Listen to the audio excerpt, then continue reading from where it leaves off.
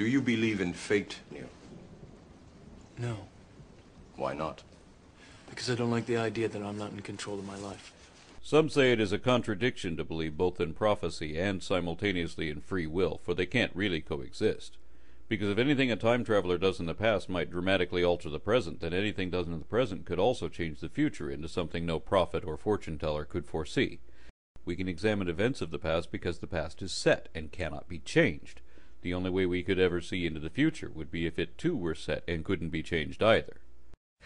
Everything is fixed, and you can't change it. But some religions believe that everything that ever happens and everything we think we've decided to do is controlled by the fates, as if we were merely characters in an old movie where someone already knows how it ends. I've never seen anything to make me believe there's one all-powerful force controlling everything.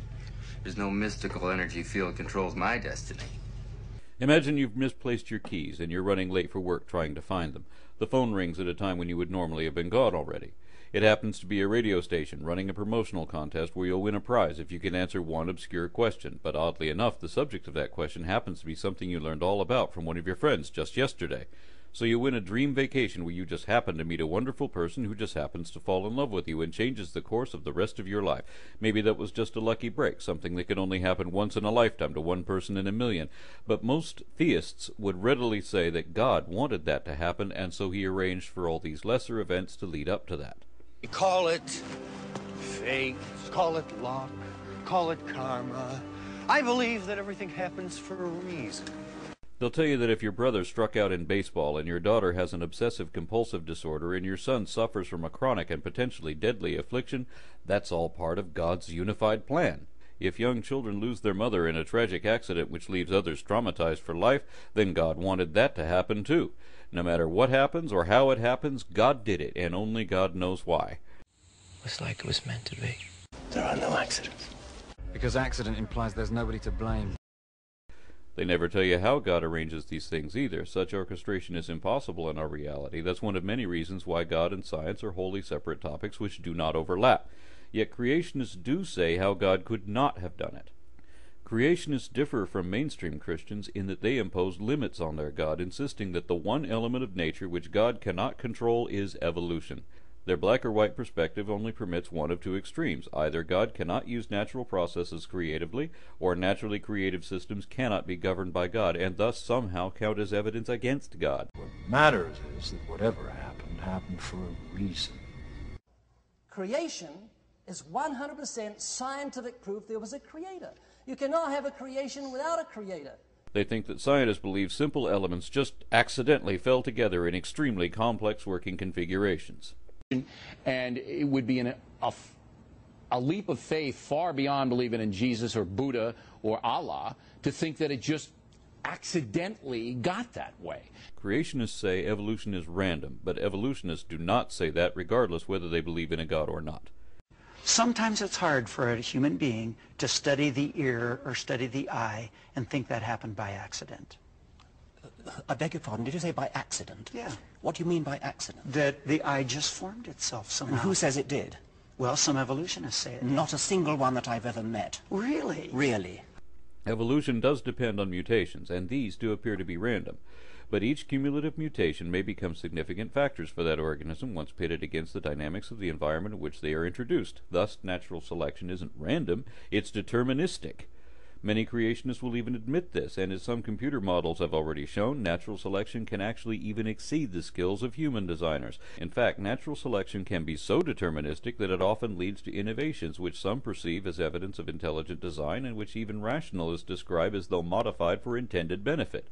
Whether it is deliberately guided or not, there is definitely a system of design, but there doesn't actually have to be any apparent intent or intelligence involved. Because while our normal intuition might be to imagine one governing body issuing authority from the top down, a new field of science, the study of emergent complexity, uses computers to trace numerous patterns in nature which are all emergent, from the bottom up, being controlled or constructed by an intricate interrelated array of the lowest components working together in unison, each according to a set of relatively simple rules. Based in a world that is built on rules. Emergence is a new study revealing many ways in which order can come from disorder and how chaos can also achieve balance, illustrating how even the origin of life is as much chemical as it is mathematic. Your life is the sum of a remainder of an unbalanced equation inherent to the programming of the Matrix. Regardless what field or subject we're talking about, anything that is regularly analyzed or revised naturally tends to become more complex as those processes wear on, and we know that environmental pressures on population genetics is no exception.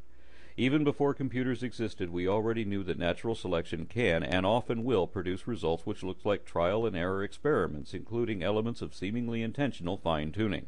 But for all the implications of apparent design, there is never any indication of any intended goal or final product, nor any hint of infallibility on the part of the designer. In fact, so many errors of so many types are known that even if there was an unnatural architect using miraculous means instead of natural ones, then it seems that entity must either be blind and barely competent, or there are whole teams of designers working on separate lines competing against each other. Natural selection even mimics the experiments of human designers when new technologies emerge. For example, when men first achieved powered flight, there were myriad marvelously imaginative contraptions all at once collectively trying to set the standard for what airplanes should be. Eventually they followed a more standardized pattern, as many of the fancier designs were discontinued and more functional tried-and-true contrivances remained. Significant improvements occasionally appear, but there are no more wildly diverse variants like the pioneer planes built when aviation was new and less understood. The same sort of thing occurred when life moved up to the multicellular level in the late Vendian era some 600 million years ago. Contrary to the claims of creationists, we do have evidence both in trace fossils and in the genome, as well as the complete fossils of Precambrian precursors of later orders. The first multicellular animals had no skeletons or organs or sensory systems of any kind. Once primitive drafts of these began to develop, then over the course of the next 160 million years, the oceans went from being basically a sea of sponges and plankton to a virtual explosion of new forms, even more dramatic than when they made the move onto land some 70 million years or so later. There were more phyla to emerge in that era than we have left today. Many of the earlier ones were so bizarre we can't even make sense of them. They're so alien to anything still around. Then, as with early designs of airplanes and automobiles, once other possibilities were explored, the more functional lines continued to diversify, and less practical derivations of the early days thinned into extinction. In any environmental niche there is a perfect shape, one especially efficient form, which once obtained need not be substantially modified until the environment changes or the animal moves on to new circumstances. For example, the shape and job of the crocodile has been used by several extinct predecessors, including ancient amphibians and the precursors of whales. The shark shape has also been employed by bony fish as well as ichthyosaurs, and by dolphins, and even by a Mesozoic crocodile who moved on to the open ocean. And the role of lion has been played by everything from fossil marsupials to dinosaurs and giant half-mammalian reptiles who lived before the dinosaurs. So some styles can be preferred by conditions which allow them to become classic motifs. Life, finds a way. I suddenly had this feeling that everything was connected. Anything or everything could seem like the result of an undirected and incidental string of random chance accidents, right? Or is it? We have not come here by chance. I do not believe in chance. Theistic evolutionists understand that many drugs and medicines are being discovered or derived according to our growing understanding of the effects of evolutionary principles in biology. Yet in any life-saving operation, even when they know the natural explanation is the right one, believers still credit God over the skilled surgeons using state-of-the-art equipment and the advantages of cutting-edge medical breakthroughs. So it doesn't matter how seemingly disconnected or coincidental any series of occurrences may be, those who believe in destiny will still suggest otherwise.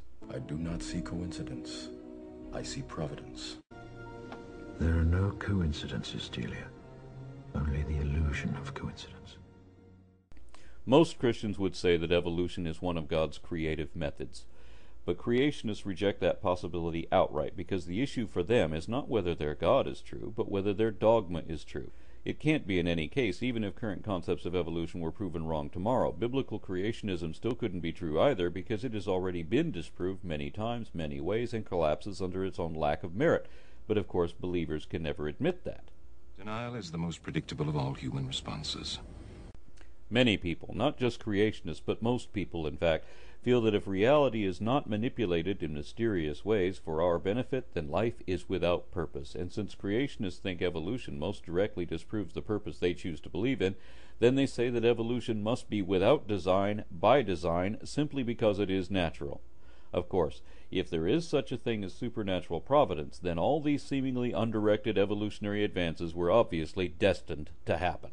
I believe it is our fate to be here. It is our destiny.